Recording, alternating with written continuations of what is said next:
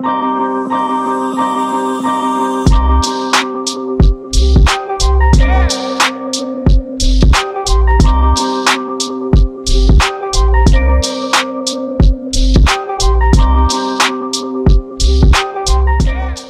Peters. Ya, kita kembali lagi dari minggu ini ya Kak Kevin ya. Gimana sehat Kak Kevin? Sehat, sudah bulan April ya. Oh iya, udah bulan April ya, bulan baru ya. April mau, oh enggak ya, mau. Bercanda guys. Apa namanya? Kita di hari Minggu ini kita akan ibadah PT ya, masih lewat YouTube ya Kak Kelvin ya. Nanti di minggu kedua kita offline. Akhirnya kita bertemu lagi Kak Kelvin.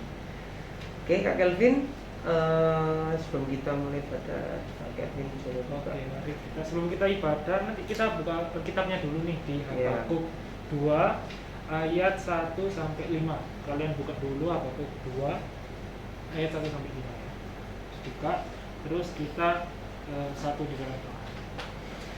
Tuhan, terima kasih Tuhan kalau pada siang hari ini Tuhan kami bisa berkumpul Tuhan walaupun melewatkan Tuhan, kiranya nanti apa yang disampaikan oleh Kak Mat, oleh hamba-Mu Tuhan bisa menjadi rahmat bagi kami Tuhan. Buka pikiran kami Tuhan supaya dapat bisa menerima firman-Mu Tuhan. Terima kasih Tuhan, terima kasih Tuhan Yesus, kami suapkan dan bersyukur. Haleluya, amin. Amin. Oke teman-teman, tadi kan sudah Kak Calvin bilang ya, udah suruh buka Habakuk 2 ayat 1 sampai yang kelima ya Kak ya. Hari ini Kakak yang bacain kitabnya. Oke, selamat mendengarkan. Habakuk 2 ayat 1 hingga yang kelima. Orang yang benar akan hidup oleh karena percayanya. Ayat 1. Aku mau berdiri di tempat pengintaianku dan berdiri tegak di menara. Aku mau meninjau dan menantikan apa yang akan difirmankannya kepadaku dan apa yang akan dijawabnya atas pengaduanku. Lalu Tuhan menjawab aku demikian. Tuliskanlah penglihatan itu dan uraikanlah itu pada loh-loh supaya orang sambil lalu dapat membacanya. Sebab penglihatannya itu masih menanti saatnya, tetapi ia bersegera menuju kesudahannya dengan tidak menipu. Apabila berlambat-lambat, nantikanlah itu, sebab itu sungguh-sungguh akan datang dan tidak akan bertangguh. Sesungguhnya orang yang membusungkan dada tidak lurus hatinya, tetapi orang yang benar itu akan hidup oleh percayanya. Orang sombong dan kianat, dia yang melagak, tetapi ia tidak akan tetap ada. Ia mengangakan mulutnya seperti dunia orang mati, dan tidak kenyang-kenyang seperti maut, sehingga segala suku bangsa dikumpulkannya dan segala bangsa dihimpunkannya. Yes, dari bacanya. Oke, teman-teman. Di sini pembahasannya ini ada latar belakangnya teman-teman. Nah, ini kakak mau jelasin latar belakangnya itu apa sih yang dari kitab ini. Mungkin kita tadi udah tahu ya judulnya dari perikop ini ya. Orang yang benar akan hidup oleh karena percayanya. Oke, kakak jelasin. Di kitab ini itu mau menjelaskan bahwa ada bangsa Yehuda dan bangsa Babel. Nah, bangsa Babel ini menjajah bangsa Yehuda, dan bangsa Yehuda ini sengsara gitu loh pada saat masa penjajahan bangsa Babel. Tapi Tuhan itu nggak diem ketika melihat bangsa Yehuda itu ya Kak Kelvin ya, dijajah. Jadi Tuhan memberikan janjinya bahwa janjinya itu adalah keselamatan, sebuah keselamatan. Nah, di sini teman-teman, keselamatan itu yang benar-benar dibutuhkan oleh bangsa Yehuda. Itu teman-teman. Nah, sekarang kakak mau baca kitabnya, dan kitabnya ini kalau dihubungkan dengan latar belakang yang tadi itu ada di ayat 4. Kakak bacakan lagi ya teman-teman ya. Sesungguhnya orang yang membusungkan dada tidak lurus hatinya, tetapi orang yang benar itu akan hidup oleh percayanya. Nah, kenapa sih kakak mau gabungin latar belakang dengan ayat 4 ini, teman-teman? Karena apa? Bangsa Yehuda itu harus seperti yang ada di ayat 4.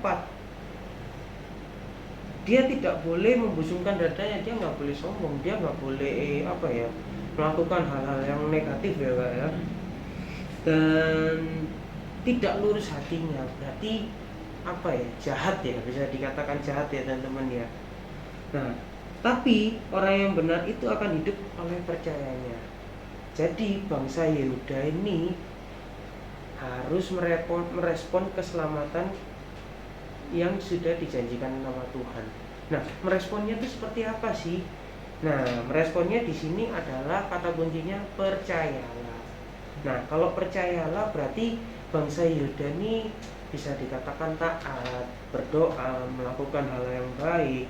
Mungkin harus merasakan sakit dulu dijajah oleh bangsa Babel, tapi Tuhan tetap kasih keselamatan dengan waktu yang tepat. Karena apa? Bangsa Yehuda ini percaya sama Tuhan. Jadi itu sih yang kakak jelasin dari latar belakang dan ayat yang kakak hubungkan dengan latar belakang tersebut. Monggo kak Calvin selanjutnya. Tadi kan sudah dibahas nih kak tentang apa ya kak? Ada tentang apa ini? Keselamatan, iya. Keselamatan. Kunci poinnya ya. Ya, kunci poinnya itu adalah keselamatan. Nah, gimana sih biar kita bisa dapat keselamatan itu? Sebenarnya keselamatan itu kan sudah ada di setiap diri kita. Yes, benar. Di setiap Kak Mak dan aku juga sudah punya gitu loh, dan ada di rumah juga dari lahir pun sudah menerima keselamatan itu. Benar. Nah, tinggal apa ya? Benar kata Kak Mak itu tinggal kita mau merespon apa enggak. Nah, iya. Tinggal kita mau meresponnya apa enggak. Nah, meresponnya itu seperti apa? Nah, meresponnya itu adalah dengan hidup dalam iman.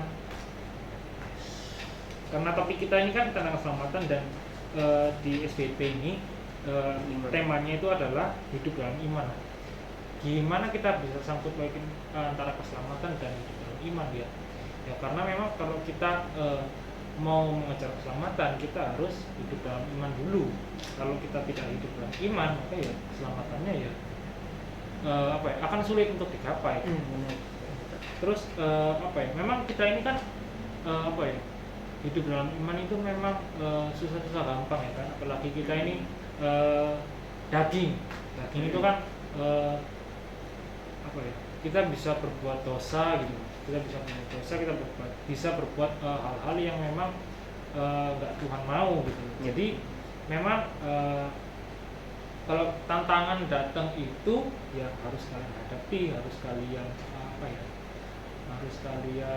hadapi dan selesaikan, jangan lari dari masalah itu, karena itu adalah bagian dari tantangan kalian hidup dalam iman. Nah, berangsur-angsurnya nanti ada tantangan atau ada masalah yang akan datang, iman kalian akan bertumbuh. Jadi ada grow up ke atas, iman kalian itu bertumbuh dan kalian mungkin akan bisa mengejar keselamatan itu dengan baik. Itu kan yang kita Oke, boleh kakak. Dari penjelasannya Kak Calvin ini kakak tertarik dengan tantangan ya. Nah, tantangan ini apa sih? Tantangan kehidupan teman-teman. Mungkin kalau di ranah kehidupannya kakak itu sudah sampai kerjaan, tanggungan rumah. Nah, tanggungan rumah kalian udah tahu lah kayak apa ya. Kalau mungkin di akhir-akhir ini tanggungannya kayak sekolah gitu ya. Oke, sekolah belajar ya. kan, ulangan ya, bisa UNAS, bisa ujian tantangan hidup banyak, tantangan hidup. Jadi gimana sih bisa melalui tantangan? Karena pada umumnya itu tantangan itu pasti ada dalam kehidupan kita masing-masing. Tapi lepas dari tantangan itu, menyelesaikan tantangan itu ada waktunya. Nah, gimana sih bisa survive atau bertahan dengan tantangan tersebut? Nah, ini kakak sederhanakan lagi bahasanya ya. Tantangan itu sama dengan bebannya, ya kan Kak Kelvin ya. ini kakak sederhanakan ya bahasanya. Nah kalau beban itu berarti kalau digambarkan di dalam diri kita, berarti kita sedang memikul beban, ya kan? Nah beban itu sifatnya berat teman-teman. Berarti tantangan dalam kehidupan kita itu berat dan kita rasakan. Dan Tuhan itu selalu ngomong, kerjakan apa yang kita bisa, sisanya Tuhan. Dan terkesan biasanya kita selalu mikul, kita kebingungan mau diapain ini beban. Biasanya kita yang aku ego kan, kita harus aku kerjain dewi bisa. Benar, cenderungnya kita selalu memikulnya, ya kan. Nah padahal itu salah, bukan dipikul beban tapi dikerjakan. Nah kalau itu sudah dikerjakan beban ini kayak gambaran itu ya, ilustrasi ya. Beban itu harus dikerjakan satu demi satu, step by step, dari awal sampai pertengahan sampai akhir. Nah yang Tuhan mau itu kita belajar dari setiap tantangan tersebut, dari step by step tersebut. Nah beban ini kan macam-macam ya, tantangan ini macam-macam ya. Jadi kakak cuma bisa kasih ilustrasi ke teman-teman. Jadi kakak yakin dari setiap kita, Kak Calvin, mungkin Kak Mark, pasti punya cara sendiri-sendiri untuk menyelesaikan tantangan tersebut. Tapi kita harus percaya sama Tuhan. Nah kita harus berdoa, kita harus minta hikmat sama Tuhan gimana cara menyelesaikannya. Ya nggak Kak Calvin? Nah kalau kita dikasih hikmat, kita akan berpikir, oh ini salahnya, kita perbaiki. Oh ini salahnya, kita perbaiki.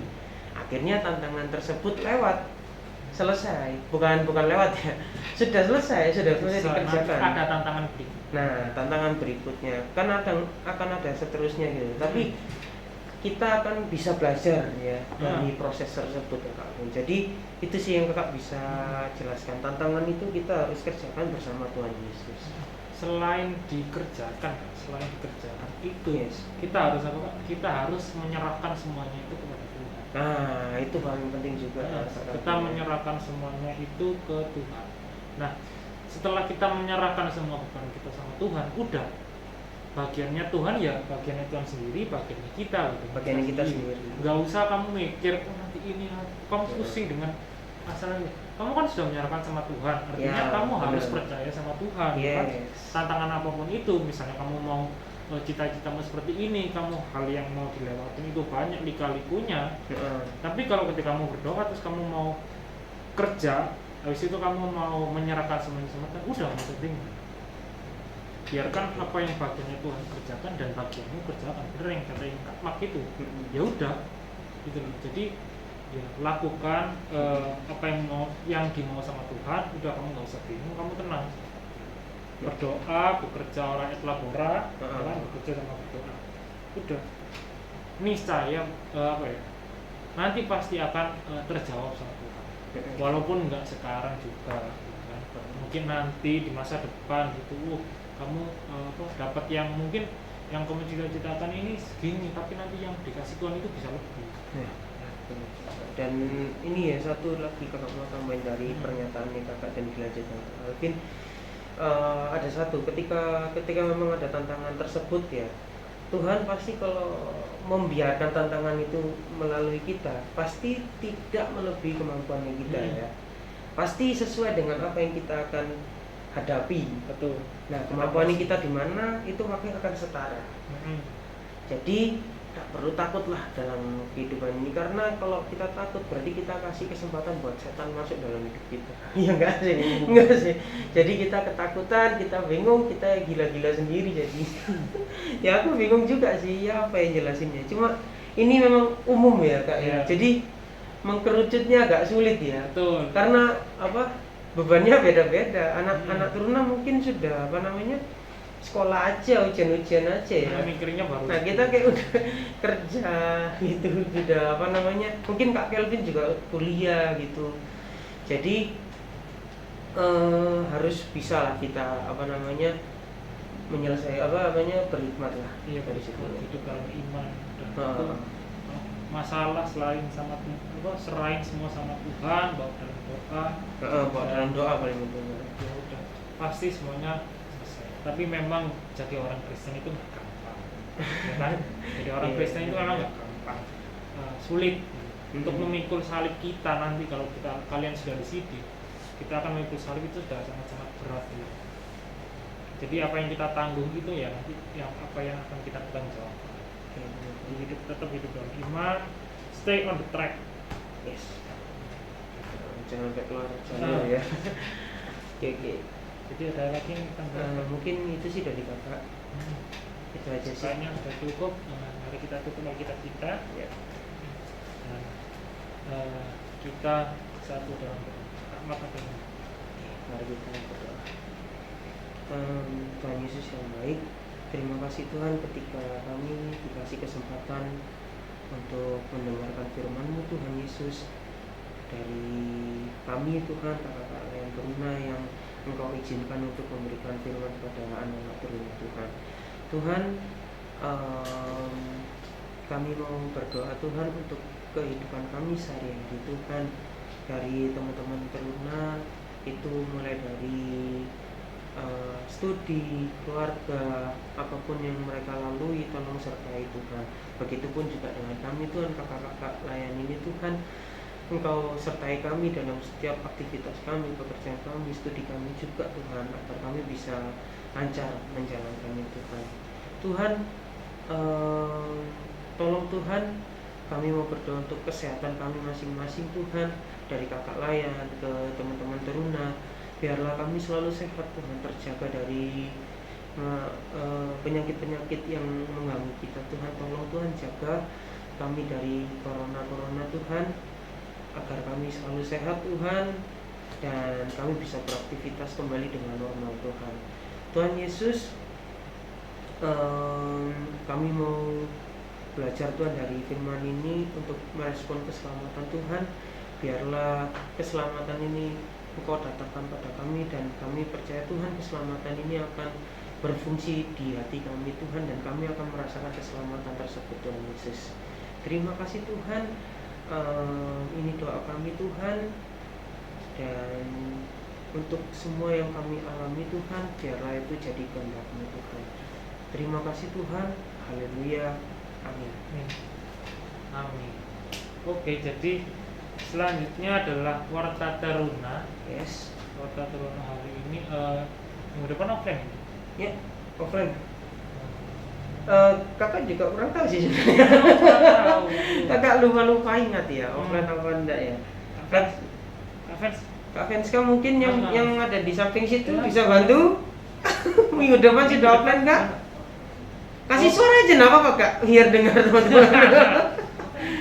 Oke, jadi katanya saya konfirmasi ya kan. Barusan banget. Jadi minggu depan offline, terus ya offline kalian datang tepat waktu jam 9. Yes. Ya, masker tetap dipakai. Iya, prokesnya ya. Tetap, terus apa lagi? Iya, persembahan kalau misalnya kalian ada yang dari minggu lalu bisa kalian masukin di nanti ibadah offline. Iya, benar-benar. Ibadah offline minggu depan. Itu apa lagi Kak? Saat teduh, ya kan? Saat teduh, jangan lupa. Habis itu untuk yang terlibat sama latihan-latihan. Oh iya, ini nih latihan besok Sabtu ya? Iya, Sabtu. Iya, besok Sabtu. Besok Kamis. Besok Sabtu. Apa? Besok Sabtu latihan terdekat. Oh iya, masuk Sabtu terdekat. Kamis dan Sabtu guys ada latihan vokal grup PT dan GP. Kolaborasi ya. Kolaborasi. Kita collab. Kita collab. Enggak selamanya PT sendiri. Iya, kita collab. Buat tanggal berapa? Tanggal 17 April. Apa ya? Ikut pasca guys. Ya. Event besar ini, kan? Iya, jarang-jarang kita sama GP ya. 17 April pas pasca kita akan mempersembahkan sebuah lagu. Jadi itu aja. Nanti info kalau misalnya ada info lagi nanti kakak bisa infokan di grup PT Mata atau nanti lewat IG juga bisa. Jadi itu aja. Udah Kak? Udah lagi? Itu. Oke. See you. God bless you. Dadah. Thank you. Dadah. Berkati.